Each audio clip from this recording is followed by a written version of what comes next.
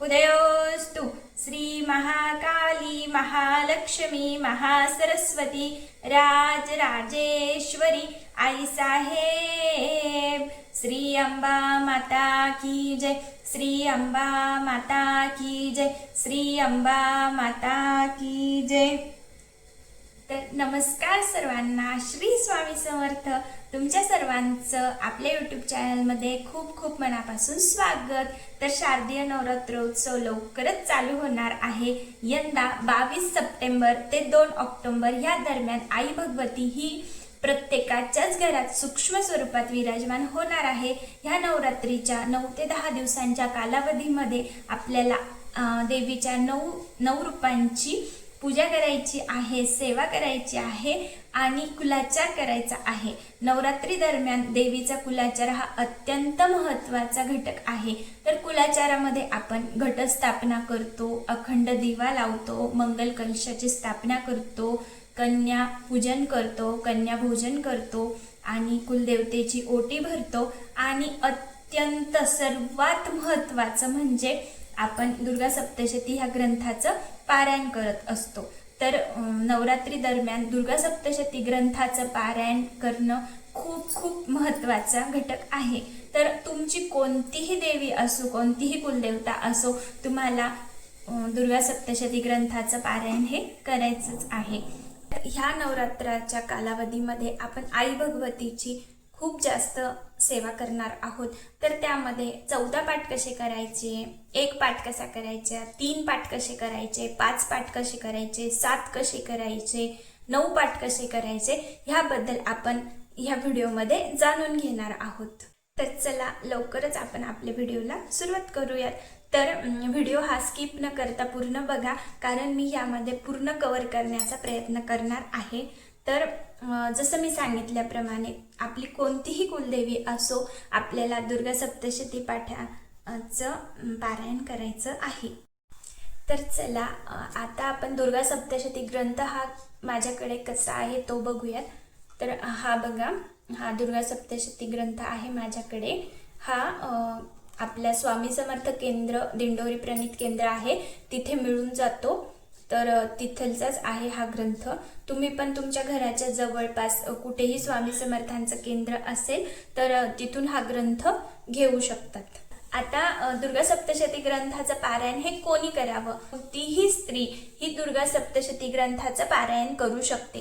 कुमारिका स्त्री दुर्गा सप्तशती ग्रंथाचं पारायण करू शकते, सवाष्णी स्त्री करू शकते, ब्रह्मचारी म्हणजेच विधवा स्त्री असते ती सुद्धा या ग्रंथाचं पारायण करू शकते। असं म्हणायचं नाही की मी विधवा आहे करू की नाही, तसं काहीच नाही। कारण की आपल्या आईची सेवा आहे, आई भगवतीची सेवा आहे, ती करण्यासाठी कोणत्याही स्त्रीला हे बंधन नाहीये। त्यामुळे कोणतीही स्त्री या ग्रंथाचं पारायण करू शकते। आता किती पाठ केले पाहिजे हे आपण जाणून घेऊयात। तर नवरात्रीचे 9 दिवस, ह्या वर्षी 11 दिवसांची नवरात्री आली आहे। तर दसऱ्याच्या दिवशी तर शक्य होत नाही सेवा करण्यासाठी जास्त। तर दसऱ्याच्या आदल्या दिवशीपर्यंत म्हणजे 1 ऑक्टोबरपर्यंत आपण सर्व आपला जो संकल्प आहे तो पूर्ण करू शकतो। तर म्हणजे आपल्याला 10 दिवसांचा कालावधी हा मिळतो। तर ज्या स्त्रिया 14 पाठ करणार आहेत दुर्गा सप्तशतीचे, तर 14च पाठ का करावेत? 14 पाठ केले म्हणजे तुमच्या हातून नवचंडी झाल्याचं पुण्य तुम्हाला मिळतं। तर प्रत्येक जणच आपल्या घरामध्ये नवचंडी ची पूजा करू शकत नाही, कारण की ती फार खर्चिक आहे, पैसा भरपूर लागतो आणि 3 दिवसाचा कालावधी लागतो। त्यामुळे जर तुम्ही 1 ते 14 दुर्गा सप्तशतीचे पाठ केले म्हणजेच तुम्हाला नवचंडी केल्याचं पुण्य मिळतं। तर ज्या महिलांना शक्य आहे तर त्या महिला 1 ते 14 पाठ हे करू शकतात। पण काही महिलांचं बाळ छोटं आहे किंवा त्या जॉब करतात किंवा घरामध्ये जास्त काम आहे, तर त्या महिला पूर्ण 14 पाठ करू शकत नाहीत। तर तुम्ही 1 पाठ करू शकता, 3 पाठ करू शकता, 5 पाठ करू शकता, 7 करू शकता, 9 पाठ करू शकता। अशा प्रकारे म्हणजे विषम संख्येमध्ये आपल्याला पाठ करायचे आहेत। तर 14 पाठ हे कसे करावेत? तर 14 पाठ म्हणजे घटस्थापना झाली तर त्या दिवशीपासनं दोन दोन, पहिल्या दिवशी 2 पाठ, दुसऱ्या दिवशी 2 पाठ, तिसऱ्या दिवशी 2 पाठ, चौथ्या दिवशी 2 पाठ आणि त्यानंतर एक एक पाठ असे आपल्याला दसऱ्याच्या आदल्या दिवशीपर्यंत आपले 14 पाठ पूर्ण होऊ शकतात. तर असं काही नाही की पहिल्या दिवशी 2च पाठ करायचे, दुसऱ्या दिवशी 2च करायचे. तुमच्याकडे जर जास्तीचा वेळ असला तर तुम्ही पहिल्या दिवशी 3 पाठ सुद्धा करू शकतात, दुसऱ्या दिवशी सुद्धा 3 पाठ करू शकतात. आणि असं काही नाही की घटस्थापनेच्या दिवशीपासूनच आपल्याला पाठ हा चालू करायचा आहे. घटस्थापनेच्या दिवशी भरपूर काम असते घरामध्ये, तर त्या दिवशी जरी तुम्हाला वेळ नाही मिळाला तर तुम्ही दुसऱ्या माळेपासून सुद्धा पाठ वाचण्यासाठी सुरुवात करू शकता. आणि किंवा घटस्थापना केल्याच्या नंतरच पाठ वाचावा असं काही नाही. घटस्थापनेचा जो दिवस असतो त्या दिवशी ब्रह्ममुहूर्तावर उठून सुद्धा तुम्ही सकाळी संकल्प करून पाठ वाचून घेऊ शकता. त्यानंतर घटस्थापना केली तरीही चालतं. अशा प्रकारे. आणि आता हे 10 दिवस येत आहे आपल्याला, तर रोज 2-2 पाठ किंवा 3-3 पाठ असे 4 ते 5 दिवस आपल्याला करावे लागणार आहे. तर त्यासाठी कालावधी किती लागतो, म्हणजे वेळ किती लागतो आपल्याला पाठ वाचण्यासाठी, तर तुम्ही नवीन असले तर तुम्हाला 1.5 ते 2 तास पकडून घ्या. 1.5 ते पावणे 2 तास हे तुम्हाला लागणारच आहे. भरपूर वेळाचं वाचन आहे, तर त्याप्रमाणे तुम्ही ठरवू शकता की तुम्हाला किती पाठ करायचे आहेत. तर आता तुमचं 10 दिवसामध्ये जर 14 पाठ पूर्ण नाही झाले तर तुम्ही कोजागिरी पौर्णिमेपर्यंत सुद्धा रोज एक ह्याप्रमाणे 14 पाठ करू शकता. फक्त संकल्प करताना आपल्याला अखंड ह्या शब्दाचा उच्चार करायचा नाहीये की मी यथाशक्ती पाठ करणार आहे, या प्रकारे आपल्याला उच्चार करायचा आहे. पण शक्यतो जर तुम्हाला शक्य असेल तर ह्या नवरात्रीच्या 9 ते 10 दिवसाचा जो दरम्यान आहे त्यामध्ये 14 पाठ करण्याचं जास्त पुण्य आहे, अनंतपटीने पुण्य आहे असं म्हटलं जातं. पण वेळ नसला तर असो, काही हरकत नाही. सप्तशती ग्रंथाचं पारायण हे कोणी करावं हे तुम्हाला समजलेच असेल. तर आता हे पारायण का करावं, तर प्रत्येक व्यक्तीला मानसिक शांती पाहिजे असती, आर्थिक स्थैर्य पाहिजे असतं आणि शारीरिक आरोग्य चांगलं पाहिजे असतं. ह्या सर्व समस्यांसाठी तुम्ही दुर्गा सप्तशती ग्रंथाचं पारायण हे करू शकतं.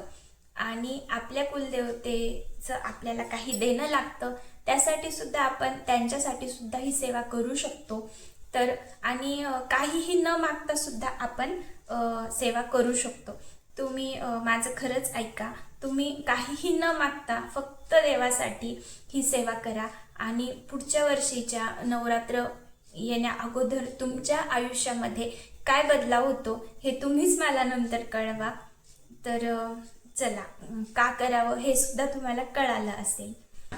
दुर्गा सप्तशती ग्रंथाचं वाचन करण्यापूर्वी आपल्याला संकल्प करावा लागतो की तुम्ही कोणत्या कामासाठी दुर्गा सप्तशती ग्रंथाचं पारायण करत आहे. तो संकल्प आपल्याला पहिल्या दिवशीच करायचा असतो, नंतर रोज संकल्प नाही करायचा. फक्त पहिल्या दिवशी आपल्याला संकल्प करायचा असतो. त्यासाठी सर्व घरातल्या मोठ्या व्यक्तींचं दर्शन घ्यायचं आहे, देवतांचं दर्शन घ्यायचं आहे आपल्याला आणि त्यानंतर आसन घेऊन बसायचं आहे. तर दुर्गा सप्तशती ग्रंथाचं वाचन करण्यासाठी, संकल्प करण्यासाठी लाल रंगाचं पांढऱ्या रंगाचं आसन पाहिजे, काळ्या रंगाचं आसन नाही पाहिजे. तर लाल रंगाच्या आसनावर तुम्ही बसा आणि संकल्प करायचा आहे. उजव्या हातामध्ये आपल्याला 3 पळ्या पाणी घ्यायचं आहे, त्यात हळद, कुंकू, अक्षदा आणि एक फूल टाकायचं आहे. आणि आपल्या दुर्गा सप्तशती ग्रंथाचं पारायण करण्यासाठी आपल्याला संकल्प करायचा आहे. तर संकल्प असा करायचा आहे देवी आईला की तुमचं पूर्ण नाव सांगायचं आहे, गोत्र सांगायचं आहे. तर ज्या स्त्रियांना गोत्र माहीत नसेल त्यांनी काश्यप गोत्राचा उल्लेख करावा. तर मी तुम्हाला सांगते, अशा प्रकारे करा की माझे नाव, जे तुमचे नाव असेल ते पूर्ण घ्यायचं, काश्यप गोत्राची किंवा तुमचं जे गोत्र असेल त्याचा उल्लेख करायचा. तुमची जी काही इच्छा असेल तर ती तुम्ही सांगायची आहे. माझ्या ह्या इच्छेसाठी मी 14 पाठ करत आहे. तुम्ही जितके काही पाठ करणार आहे, 14 पाठ, 1 पाठ, 3 पाठ, 7, 5 असं. तर ह्या नवरात्रीच्या कालावधीमध्ये मी इतके पाठ करणार आहे. तर तुम्ही ही सेवा माझ्याकडून निर्विघ्नपणे पूर्ण करून घ्या आणि असं करून आपल्याला ताम्हणामध्ये पाणी सोडायचं आहे. त्यानंतर परत 2 पळ्या पाणी आपल्याला सोडायचं आहे. तर हा झाला आपला संकल्प. तर संकल्प झाल्यानंतर आपल्याला वाचनासाठी सुरुवात करायची आहे. तर वाचनाचे काय नियम आहेत ते आपण बघूयात. दुर्गा सप्तशती ग्रंथ वाचण्यासाठी आपल्याला साडी परिधान करायची आहे. ड्रेसवर आपण ग्रंथ हा वाचू शकत नाही. तर कुमारिका मुलगी जरी असली तरी तिने साडी परिधान करायची आहे. आणि साडी ही काळ्या रंगाची नसावी. इवन म्हणजे साडीमध्ये एक ठिपका सुद्धा काळ्या रंगाचा नाही पाहिजे. तर तुम्ही लाल साडी घालू शकता, गुलाबी, हिरवी, पिवळी अशी कोणत्याही कलरची साडी घालू शकता. पण त्यामध्ये काळ्या रंगाची छटा, काहीच काळं नाही पाहिजे, काळी साडी सुद्धा नाही पाहिजे. कारण की काळ्या रंग परिधान केल्यामुळे आपली सेवा ही देवापर्यंत पोहोचत नाही. आपल्यामध्ये निगेटिव्ह एनर्जी म्हणजे वाटू शकतं आपल्याला, आळस येणे, झोप येणे, जांभई येणे. त्यामुळं काळं वस्त्र हे परिधान करूच नाही. आणि दुर्गा सप्तशती ग्रंथाचा तर कडक नियम आहे की त्यामध्ये काळं वस्त्र बिलकुल पाहिजे नाही. आणि साडी घातल्यावर आपल्याला डोक्यावर पदर घेऊनच आपल्याला हा ग्रंथ वाचायचा आहे. आणि परत आपण ग्रंथ वाचताना हा आपल्याला एका बैठकीतच पूर्ण करायचा आहे. असं नाही की आपण उठू मग थोड्या वेळाने ग्रंथ वाचू किंवा अर्धा ग्रंथ सकाळी अर्धा ग्रंथ दुपारी वाचायचा नाही, तसं नाही. पूर्ण ग्रंथ हा आपल्याला एकाच बैठकीमध्ये वाचायचा आहे. आणि ग्रंथ हा हातामध्ये घेऊन वाचायचा नाहीये. ग्रंथ हा पाटावर ठेवूनच वाचायचा आहे. पाटावर ठेवण्यासाठी एक कपडा पाहिजे, लाल कलरचा, पिवळ्या कलरचा हिरव्या कलरचं आसन ठेवून त्यावर आपल्याला दुर्गा सप्तशती ग्रंथ हा ठेवायचा आहे. त्यावर वस ठेवून वाचायचा आहे आपल्याला. ग्रंथ वाचून झाल्यावर तो झाकून ठेवायचा आहे. आणि ग्रंथ हा हलवायचा नाहीये. जितके दिवस आपण पारायण करणार आहोत तितका दिवस तो ग्रंथ एकाच जागी असला पाहिजे. त्यामुळं जागा पण अशी निश्चित करा की तिथून तुम्हाला ग्रंथ हलवायची गरज पडणार नाही. अशा प्रकारे ठेवा. आणि ग्रंथ वाचन करत असताना कोणाशी बोलू नये, जांभई ढेकर असं देऊ नये. आणि वेळ भरपूर लागतो, 1.5-2 तास, 1.5 किंवा 1.5-2 तास लागू शकता. त्यामुळे तुम्ही पाण्याचा एक ग्लास जवळ ठेवू शकता. मध्ये जर कोरड पडली घशाला तर पिऊ शकता तुम्ही पाणी. ग्रंथाचं वाचन करत असताना जेवण करून ग्रंथ हा वाचायचा नाहीये. त्यामुळे सुस्ती येऊ शकते, जांभई ढेकर येऊ शकते. असा प्रकार नाही झाला पाहिजे. त्यामुळे चहा, कॉफी, नाश्ता, हलका नाश्ता करून तुम्ही ग्रंथाचं वाचन करू शकता. पण मी एक सांगते की संकल्पयुक्त जर तुमचा पाठ असेल तर चहा, कॉफी, दूध किंवा फळ एवढंच खाऊन तुम्ही दुर्गा सप्तशती ग्रंथाचा पाठ हा वाचावा. नाश्ता सुद्धा करू नका तुम्ही. कारण की जेवण करून तुम्ही दुर्गा सप्तशती ग्रंथाचं पारायण करू शकत नाही. हा त्याचा एक नियम आहे. आणि ग्रंथाचं पारायण करत असताना केस हे मोकळे नाही पाहिजे. केस पूर्णपणे बांधलेले पाहिजे तुमचे. आणि केसाला काळ्या कलरची पिन, काळ्या कलरचं क्लचर किंवा रबरचा वापर करायचा नाही. पूर्ण अंगावर सुद्धा आपल्याला काळ्या रंगाचं कोणताच वापर करायचा नाही. काचेच्या बांगड्या तुमच्या हातामध्ये पाहिजेच. 2-2 काचेच्या बांगड्या तुमच्या हातामध्ये पाहिजे. तुम्ही जर सवाष्णी स्त्री असाल तर तुम्ही पूर्ण शृंगार करूनच वाचला पाहिजे. त्यामध्ये कुंकू आलं, गळ्यामध्ये मंगळसूत्र आलं, जोडवे हातामध्ये आल्या, हे सर्व परिधान करूनच आपल्याला ग्रंथाचं वाचन करायचं आहे. आणि टिकली नाही पाहिजे, कुंकू पाहिजे आपल्या डोक्याला, कपाळाला कुंकू, हळद कुंकू लावूनच आपल्याला दुर्गा सप्तशती ग्रंथाचं पारायण करायचं आहे. आणि पारायण कालावधीमध्ये आपल्याला परान्न वर्ज्य करायचं आहे. त्याच्याच घरचं परान्न आपल्याला खायचं नाही. परान्न म्हणजे काय की आपलं घर सोडून दुसऱ्यांच्या घराचं पाणी, जेवण वगैरे काहीच करायचं नाही आपल्याला. कारण की आपली झालेली सेवा ही दुसऱ्यांना लागू होते व त्यांचं जे पाप वगैरे असतं, त्यांचं जे अन्नदान आपल्याला झालेलं असतं, त्यामुळे त्यांचं पाप हे आपल्याला लागतं व आपली झालेली सेवा ही समोरच्याला लागते. त्यामुळं पारायण कालावधीमध्ये आपल्याला परान्न वर्ज्य करायचं आहे. कारण की त्यांचे जे दोष असतात ते आपल्याला लागल्यामुळं आपल्याकडून पूर्ण सेवा सुद्धा कधी कधी होत नाही. त्यामुळं आपल्याला तसं करायचं आहे, परान्न वर्ज्य करायचं आहे. आणि पारायण कालावधीमध्ये आपल्याला ब्रह्मचर्याचं पालन करायचं आहे. आणि आपल्याला जमिनीवर चटई टाकून झोपायचं आहे, गादीवर झोपायचं नाहीये. आणि पारायण कालावधीच्या मध्ये जर तुम्हाला सुतक, विटाळ, मासिक धर्म आला तर तुम्ही ते तेवढे दिवस सोडून पुन्हा आपली सेवा पूर्ण करू शकता.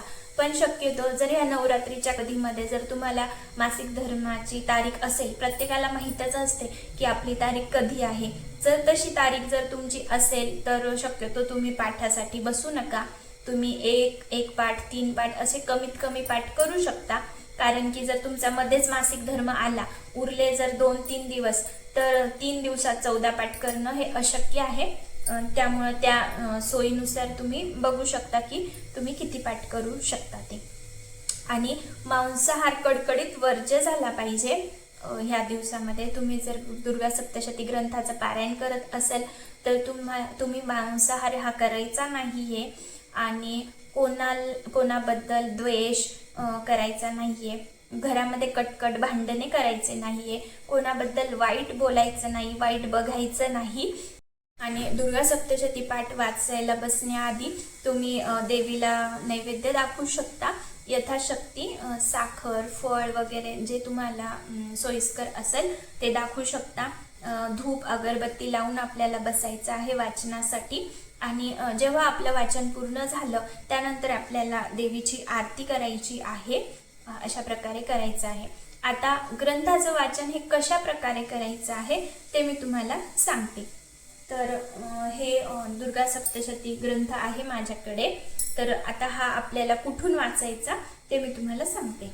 तर काही स्त्रिया डायरेक्ट पहिल्या अध्यायापासून वाचनासाठी सुरुवात करतात आणि 13 अध्यायापर्यंत वाचतात. तर हे अत्यंत चुकीचं आहे.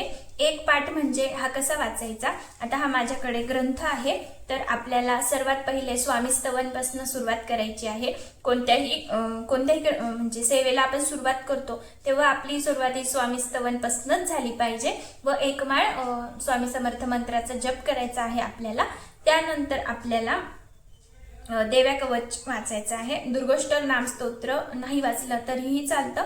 तर सर्वात प्रथम आपल्याला देव्या कवचम स्तोत्र वाचायचं, मग अथ अर्गला स्तोत्रम वाचायचं, मग अथ किलक स्तोत्रम वाचायचं, मग रात्री सुक्त वाचायचं, मग श्री दुर्गा सप्तशती 1 ते 13 अध्यायाचं पठण करायचं. 13 अध्यायाचं पठण झाल्यानंतर आपल्याला तंत्रोक्त देवी सुक्त, प्राधानिक रहस्य, वैकृतिक रहस्य, मूर्ती रहस्य व मूर्ती रहस्य झाल्यानंतर सिद्ध कुज्जिका स्तोत्र पठण करायचं आहे. ह्या ग्रंथामध्ये सिद्ध कुज्जिका स्तोत्र नाहीये. जे केंद्राचं नित्यसेवाचं ग्रंथ नित्यसेवाचं पुस्तक आपल्याला मिळतं त्यामध्ये 143 पान नंबरवर सिद्ध कुज्जिका स्तोत्र 1 ते 1.5 पानांचं आहे ते वाचायचं. आणि त्यानंतर देवापराध क्षमापन स्तोत्र, देवीची माफी मागायची, हे वाचायचं आहे. ह्याने आपलं हा एक पाठ हा पूर्ण होत असतो. तर देवापराध क्षमापन स्तोत्र सुद्धा वाचायचं आहे. कारण की ह्या ग्रंथ पठण करण्याच्या कालावधीमध्ये आपल्याकडून जे काही चुका होत असेल तर त्यामुळे आपल्याला माफी मिळते, आपल्याला दोष लागत नाही. तर हे एवढं सगळं वाचलं म्हणजे एक पाठ पूर्ण होतो. म्हणजे एक दिवस एक पाठ असा पूर्ण होतो. तर आता एक दिवसात जर तुम्ही 2 पाठ करणार असाल किंवा 3 पाठ करणार असाल तर हे सर्व तुम्हाला वाचायचं आहे. 2दा जरी करत असेल तर 3दा सुद्धा करत असेल तर. आणि असंच तुम्हाला एक पाठ करायचा आहे, 3 दिवसाचा पाठ करायचा असेल, 5 दिवसाचा पाठ करायचा असेल तरी सुद्धा तुम्ही हे सर्व असं वाचू शकता. तर आता विषय झाला की मला रोज शक्य नाहीये 1.5 ते 2 तास एवढा दुर्गा सप्तशती ग्रंथाचं पठण करणं माझ्याच्यानं शक्य नाही. किंवा काही स्त्री जॉब करतात किंवा त्यांचे लहान मुलं असतात किंवा कुठे कोणाला कामानिमित्त बाहेर गावी जायचं आहे तर माझ्याकडे म्हणजे तुमच्याकडे वेळ नसेल तर तुम्ही रोज 2-2 अध्याय वाचू शकता. म्हणजे तुमचं नवरात्रीमध्ये एक पाठ पूर्ण होईल. काहीही न सेवा करण्यापेक्षा एक पाठ केलेला म्हणजे चांगलं. म्हणजे तुम्ही सेवेला तर लागता, त्याचा अनुभव तर येता आणि सेवा किती करून घ्यायची, काय करून घ्यायची हे सर्व त्या देवी आईच्या हातामध्ये असतं. आपण निमित्त मात्र असतो. तर रोज 2 अध्यायाचं पठण कशा प्रकारे करायचं. आता घटस्थापनेपासून तुम्ही जर सुरुवात केली तर तुम्हाला प्रार्थना म्हणायची आहे. दिव्य कवच वाचायचं आहे, कवच, अर्गला स्तोत्र, तिलक स्तोत्र वाचायचं आहे, रात्री सुक्त वाचायचं आहे आणि मग अध्याय पहिला आणि मग अध्याय दुसरा असे 2 अध्याय झाले घटस्थापनेच्या दिवशी. दुसऱ्या माळेला 3रा आणि 4था अध्याय वाचायचा. 4थ्या माळीला जो पुढचा क्रमशः येईल असं वाचायचं आहे तुम्हाला. आणि ज्या दिवशी शेवटचा अध्याय तुमचा संपेल, 13वा अध्याय संपेल, त्यानंतर तुम्हाला जे मागचं सगळं रात्री सुक्त वगैरे आहे मी जे आधी सांगितल्याप्रमाणे ते सर्व वाचायचं आहे आणि त्यानंतर आरती करायची आहे. दुर्गा सप्तशती ग्रंथाचं पारायण हे आपल्याला देवी आई भगवती समोर बसूनच करायचं आहे. आपण जसं स्वामी चरित्राचं पारायण हे बसमध्ये, रेल्वेमध्ये किंवा कुठेही बसून करू शकतो, घराबाहेर करू शकतो, तसं दुर्गा सप्तशती ग्रंथाचं पारायण हे निश्चित एकच जागा असावी आणि ती सुद्धा आई भगवती समोर बसूनच आपल्याला करायची आहे. काही स्त्रिया केंद्रामध्ये सुद्धा पाठासाठी बसतात. तर केंद्रामध्ये आपण जे पाठ करतो ते जे तुम्ही संकल्प केलेला आहे घरी 14 पाठ करायचा, त्यामध्ये ते घ्यायचे नाहीत. केंद्राचे पाठ हे वेगळेच ठेवायचे आणि केंद्रामध्ये पाठ करून आल्यानंतर सुद्धा तुम्ही घरामध्ये पाठ हा पूर्ण करायचा व घरामध्ये वाचन करूनच तुम्हाला 14 पाठ हा पूर्ण करायचा असतो.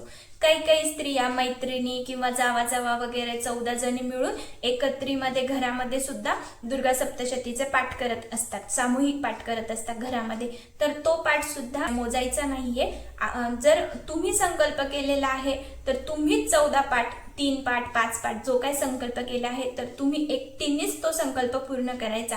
असं नाही की माझ्या घरी जाऊ आहे, ननंद आहे, सासूबाई आहेत तर त्या 7 करतील, मी 7 करेल, तसं नाही. तुम्ही जर 14 पाठाचा संकल्प केला तर तुम्ही 14 करा. सासूबाईंनी 7 पाठाचा केला, 5 पाठाचा केला तर त्या त्यांचे करतील. जर तुम्ही तुमचा संकल्प केला तर तुम्हीच तो पूर्ण करायचा आहे. तुम्हाला बसण्याचा प्रॉब्लेम असेल, मणक्याचा प्रॉब्लेम असेल, कमरेचा प्रॉब्लेम असेल तर तुम्ही खुर्चीवर आणि टेबलवर ग्रंथ ठेवून सुद्धा वाचन करू शकता. दुर्गा सप्तशती ग्रंथाचं पारायण हे किती वाजता, कोणत्या वेळेमध्ये करायचं तर ब्रह्ममुहूर्तावर उठून दुर्गा सप्तशती ग्रंथाचं पारायण करणं खूप शुभ असतं. म्हणजे सकाळी 4 वाजेपासून तुम्ही ग्रंथाचं पारायण करू शकता आणि संध्याकाळी 6 ते 6:30च्या पहिले, सकाळी 4 वाजेपासून संध्याकाळी 6 ते 6:30 वाजेपर्यंत तुम्ही ग्रंथाचं पारायण हे करू शकता. दुपारी 12 ते 12:30च्या कालावधीमध्ये सुद्धा तुम्ही ग्रंथाचं पारायण करू शकता. आणि राहू काळ असतो जो, त्यामध्ये जर ग्रंथाचं पारायण केले तर ते अनंत पटीने पुण्य देतं, खूप शुभ फलदायक असतं ते. तर त्यामुळे तुमच्याप्रमाणे सकाळी 4 वाजेपासून ते संध्याकाळी 6-6:30 दरम्यान तुम्ही कधीही ग्रंथाचं पारायण करू शकता. 6-6:30 संध्याकाळी 6-6:30च्या नंतर शक्यतो तुम्ही पाठ करू नका, कारण त्याचा तो नियम आहे संध्याकाळी पाठ वाचू नये त्यामुळे. आणि दुर्गा सप्तशती ग्रंथचं पारायण हा काही खेळ नाहीये, त्यामुळे जर तुमच्याकडनं हे सर्व नियमांचं पालन होत असेल तरच तुम्ही ग्रंथाचं पारायण हे करा. गर्भवती स्त्री ग्रंथाचं पारायण करू शकते का तर हो, नक्कीच गर्भवती स्त्री सुद्धा ह्या ग्रंथाचं पारायण करू शकते. जर तुमच्याकडनं 1.5 ते 2 तास बसणं शक्य असेल, काही कॉम्प्लिकेशन्स नसेल, मेडिकल कॉम्प्लिकेशन्स, तर तुम्ही गर्भवती स्त्री सुद्धा ग्रंथाचं पारायण हे करू शकता. आणि आता जर समजा जर कोणाला मासिक धर्म आलेला असेल, समजा 22 तारखेच्या आधी तुम्हाला मासिक धर्म आलेला असेल, समजा 24 तारखेला तुमचा मासिक धर्म हा संपतो किंवा 25 तारखेला तुमचा मासिक धर्म संपतो, तर 26 तारखेपासून तुम्ही तुमच्याकडनं जितके दिवस उरलेले आहे तेवढ्या दिवसात पासनं तुम्ही ग्रंथाचं पारायण करू शकतो. आणि जर दसरा झाला त्याच्यानंतर सुद्धा कोजागिरी पौर्णिमेपर्यंत 3 ते 4 दिवस असतात आपल्याकडं, तेवढे पण तुम्ही एक्सटेंड करून वाचू शकतात. काही विघ्न आलं मध्येच, काही अडचण आली, आजारपण असतं, काही समस्या येऊ शकते मध्ये, तुमची सेवा खंडित होऊ शकते एखादे 2 दिवस, तर तुम्ही कोजागिरी पौर्णिमेपर्यंत ती सेवा करू शकता. कारण की आजारपण, दुखणं वगैरे ह्या गोष्टी काही सांगून येऊ शकत नाही, काहीही समस्यामध्ये येऊ शकता. त्यामुळेच आपल्याला संकल्प करताना अखंड ह्या शब्दाचा वापर नाही करायचा आहे. पारायण करत असताना खाण्याचे जास्त काही नियम नाही आहेत. तुम्ही म्हणजे मांसाहार सोडून शाकाहारी सात्विक काहीही खाऊ शकता. पाठ वाचताना आपण पूर्वाभिमुख बसून पाठ वाचू शकता किंवा उत्तर दिशेला तोंड करून आपण पाठ वाचू शकतो. सर्वात चांगलं पूर्व दिशेला तोंड करून वाचा किंवा उत्तर दिशेला. पश्चिम आणि दक्षिण दिशा तर पूर्णपणे वर्ज्यच आहे. आता काही जणींना 14 पाठ करणं शक्य नसेल, त्यांच्याकडनं 9 पाठ करणं शक्य असेल, म्हणजे रोज 1 पाठ, तर तुम्ही घटस्थापनेपासून रोज एक पाठ करू शकता. असे तुमचे 9 पाठ होऊ शकता. किंवा काही जणींना 5 पाठ करायचे, कारण की घटस्थापनेच्या दिवशी आपल्याला जमत नाही काही स्त्रियांना, आणि नंतर अष्टमीचा कुलाचार असतो, काहींकडे सप्तमीचा असतो, नवमीचा असतो, त्या दिवशी सुद्धा जमत नाही. तर 5 दिवस मिळत असतात, त्यामुळं 5 दिवसात ज्या स्त्रियांना करायचं आहे ते 5 पाठ सुद्धा करू शकतात, एक ह्या प्रमाणे. नक्कीच दुर्गा सप्तशती हा ग्रंथ खूप प्रभावी आणि दिव्य आहे आणि सर्व महिलांचा खूप आवडीचा विषय आहे. मी तुम्हाला सांगते ना, ज्या घरात जोपर्यंत कुळदेवीची सेवा उपासना होत नाही तोपर्यंत आपले प्रश्न हे मार्गी लागत नाहीत. त्यामुळे खूप खूप गरजेचं आहे. वर्षभर जरी आपल्याकडनं कुलदेवतेची सेवा नाही झाली तर हा सुवर्ण काळ आहे. ह्या काळामध्ये तुम्ही कुलदेवतेची सेवा करून आपले प्रश्न नक्कीच मार्गी लागू शकता. सर्व जे नियम होते मी तुम्हाला सांगण्याचा प्रयत्न केला आहे. या व्यतिरिक्त सुद्धा तुम्हाला काही अडचण असेल तर तुम्ही मला कमेंट करून विचारू शकता. मी तुम्हाला उत्तर देण्याचा नक्कीच प्रयत्न करेन. वेळात वेळ काढून तुम्ही माझा व्हिडिओ बघितल्याबद्दल खूप खूप धन्यवाद. आणि व्हिडिओ आवडला असेल तर लाईक करा. असेच नवनवीन व्हिडिओ बघण्यासाठी तुम्ही माझ्या चॅनलला सबस्क्राईब करू शकता. मी नवनवीन अशाच प्रकारचे व्हिडिओ घेऊन येणार आहेत. तोपर्यंत धन्यवाद.